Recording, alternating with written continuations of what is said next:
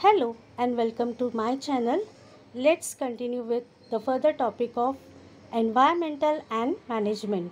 Today we are going to take information about disaster management and basic principles of first aid. Disaster management means calamities. The meaning of disaster stands for calamities, and disaster is classified into two types: natural disaster and artificial disaster. म्हणजेच disaster याला आपण काय म्हणूया, आपत्ती. आणि आपत्ती दोन भागांमध्ये विभागले जाते: नैसर्गिक आपत्ती व मानवनिर्मित आपत्ती. Natural disasters includes lightning, flood, fire, etc. ह्या पिकमध्ये दाखवल्याप्रमाणे आपण इथे फ्लड्स पाहू शकतो आणि फायर बघू शकतो. नैसर्गिक आपत्तीमध्ये वीज पडणे, महापूर येणे, आग लागणे या सर्व गोष्टींचा समावेश होऊ शकतो.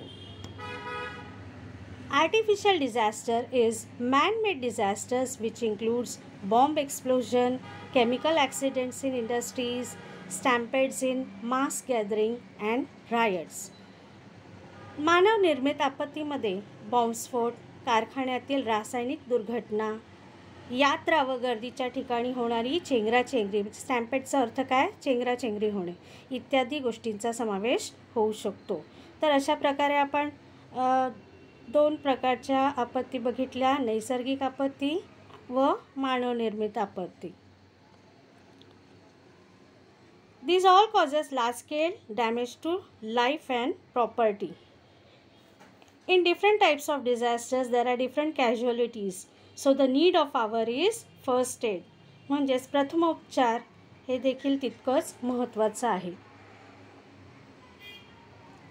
The main objective of first aid is prevention of death, preventing deterioration of health and starting the process of rehabilitation. प्रथमोपचाराची प्रमुख उद्देश काय असेल तर जीवहानी टाळणे, प्रकृती खराब होण्यापासून रोखणे आणि पुनर्लाभाची प्रक्रिया सुरू करणे. तर त्यासाठी आपण आता जाणून घेणार आहोत basic principles of first aid. The first one is non as airway. So what are the basic principles which will be included? First one will be airway. If the victim has difficulty in breathing, then what should be done? The head should be held in backward sloping position and chin should be raised so that respiratory passage remains open. Airway म्हणजेच काय, श्वसन मार्ग. आता अशा वेळेला ज्या व्यक्तींना श्वसन घेण्यास त्रास होतोय त्यांच्यासाठी आपण काय करायचं आहे, आपातग्रस्ताला श्वास घ्यायला अडचण होत असेल तर डोके उतरते करावे किंवा हनुवटीला वर उचलावे, त्यामुळे श्वसन नलिका खुली राहते. Now second principle is breathing. If breathing has stopped, the victim should be given artificial ventilation by mouth to mouth resuscitation. Breathing म्हणजे श्वासोच्छ्वास घेणे. जर श्वास घेण्यास अडथळे येत असेल तर आपातग्रस्ताच्या तोंडातून कृत्रिम पद्धतीने श्वास द्यावा. Third principle, if the victim is unconscious, then after giving mouth to mouth respiration twice, the head should be pressed down hard by pressing the chest with both the palm.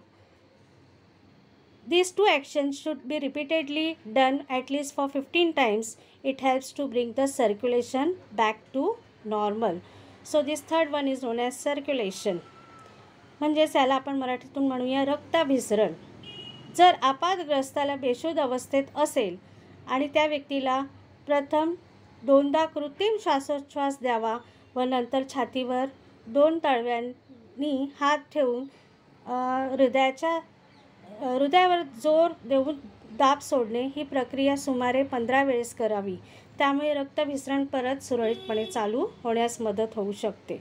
So these are the 3 main principles. Now we are also going to study what should be done for bleeding. If the victim is injured and bleeds through the wound, then the wound should be covered with antiseptic pad and pressure should be applied on it for 5 minutes with thumb or palm. जर एखाद्या व्यक्तीला जखम होऊन रक्तस्राव होत असल्यास त्या जखमेवर निर्जंतुक आवरण ठेवून अंगठा किंवा तळव्याचा दाब 5 मिनिटापर्यंत द्यावा. तर हा सगळा प्रथमोपचाराचा भाग आपण जाणून घेतो आहोत. Next one is fracture. If any bone is fractured, it is essential that the fractured part should be immobilized. Immobilized म्हणजे काय? त्या ठिकाणी त्या अवयवाची हालचाल थांबवायची आहे. It can be done with any available wooden rod or ruler. Care should be taken that the part should not have any type of movement. So this can be done with for fracture. Next is burns. So what should be done for burns? If by accident the victim has burns injuries, it is beneficial to hold that injured part under clean and cold flowing water for at least 10 minutes.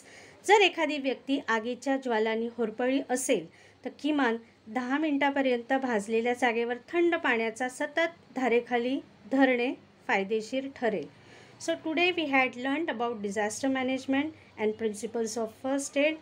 If you like this video, please do subscribe my channel. Thank you very much.